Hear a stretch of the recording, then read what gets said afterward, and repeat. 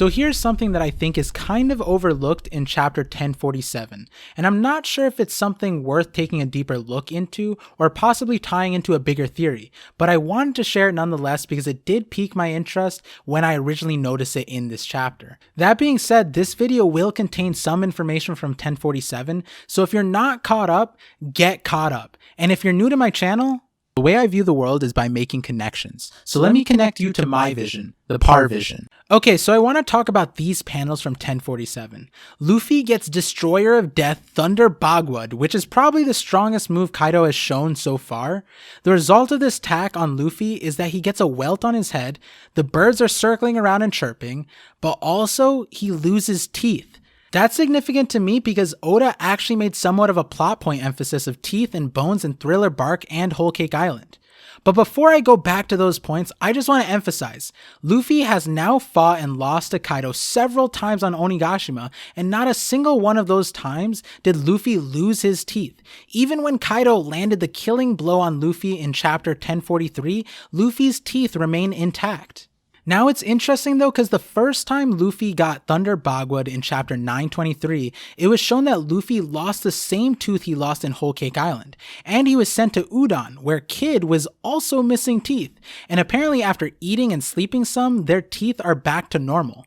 Now the whole losing teeth thing could just be a simple gag, but honestly it seems like a subtle clue that Oda has been working up for a long time now, ever since Thriller Bark. We were introduced to this concept because of Brook. The skeleton man who has his bones laid bare for us to see was in an injured state and claimed that by drinking the milk in Moria's kitchen, he was healed, then saying milk can heal broken bones. Interestingly, Usopp claims calcium can't act that fast, and I just find it funny that Brook was also trying to steal salt. Maybe there's something with calcium and sodium, I'm not really too sure what there could be. But anyways, in Thriller Bark, Brook says this but still has a cracked skull. It's weird because Brook's skull kind of magically fixes when Luffy accepts him into the crew, but just before that, Brook had told them his story and sang the Song of Life, which is Bink Sake, according to the chapter title, so maybe that helped Brook recover somehow? But what we do have is a concerted effort by Oda to show this tooth thing more clearly in Whole Cake Island. See, in Whole Cake Island, there's another time where Luffy loses his tooth, and it's against Sanji. Luffy finished fighting Cracker with a full set of teeth, then confronts Sanji, and Sanji lands his Haki Diable Jambe on Luffy, and Luffy spits out his tooth. It's pretty in your face. I remember back when I watched anime only, thinking, wow, Luffy's tooth is just gone this whole time? Will it ever grow back? And that's because it took 14 chapters or nearly 5 months for this tooth to come back. In between, Luffy never had the tooth, and then on chapter 858 we get a scene where Brook, who had just fought Big Mom and got injured, was cracked again. And so after all of that, Brook and Luffy reconnected while inside of Bej, and they raid his fridge and grab some milk. Luffy goes, perfect timing, I lost a tooth here, and Brook goes, I've got a crack in my skull. They slurp and gulp the milk and boom, both of them are fixed. Now there's 2 points I want to bring up. The first one I want to talk about is that this whole tooth and bone thing seems like more than just a gag. It's not even like a lame got milk ad from the 90s trying to promote dairy consumption in the youth. Losing teeth in fights could simply just be a visual aid to show and exaggerate the damage taken by hits. I'm sure in other animes and even in One Piece there might be examples of a character losing their teeth to a hit, then the tooth just reappears randomly later on because in the grand scheme of things, it's not that significant. Also in One Piece, this isn't the only time the community has paid attention to teeth. There's Blackbeard's weird inconsistency in his teeth, and given how much detail Oda puts into these main characters and how important Blackbeard is, it would be weird if Blackbeard's dental health wasn't actually a clue to something, even though that's super absurd to think about. But Oda made it a point to leave Luffy's tooth unrecovered for 14 chapters, which again is nearly 5 months, just to have him have this page with Brook. It could have just been Brook's thing, but he wanted to include Luffy in this gag. I mean, now this scene has a lot more context given the nature of Sun God Nika. The Gorosei basically said Nika can fight however he pleases, and that kind of implies that if Luffy thinks it's possible, then it'll happen, even if it's ridiculous. And here is why I'm bringing this up now. It's because in chapter 1047, Oda drew Luffy losing his teeth. Then Luffy gets knocked above the clouds, and we see Luffy again with a fully recovered set of teeth. Now this could be dismissed again due to whatever goofiness that is going on with Gear 5, but given this emphasis on the tooth thing in Whole Cake Island and Luffy not really losing his teeth to any other hits other than this one here, it makes it feel like Oda intentionally put these two panels showcasing Luffy's teeth back to back in pages like this, so then it's kind of like what could possibly be the reason Luffy got his teeth back here? Well, in Thriller Bark, Brook says milk can heal bones. Usopp says it's because of the calcium. Brook sings the Song of Life and his skull is fixed. Then in Whole Cake Island again, milk is what is used for the recovery for both Brook and Luffy. So maybe Luffy's heart beating the drums of liberation instigates an insane recovery? But maybe there's a connection to eating or specifically drinking milk or something that happened to Luffy or something that is happening to Luffy right now.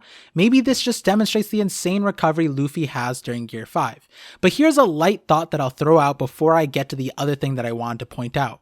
One of the significant things that happens to Luffy is that Luffy goes above the clouds to a clear sky with a direct view of the moon, which may be showing that Luffy has some kind of recovery relating to light, which would make sense because he is Sun God Nika now. So maybe receiving sunlight increases recovering for him?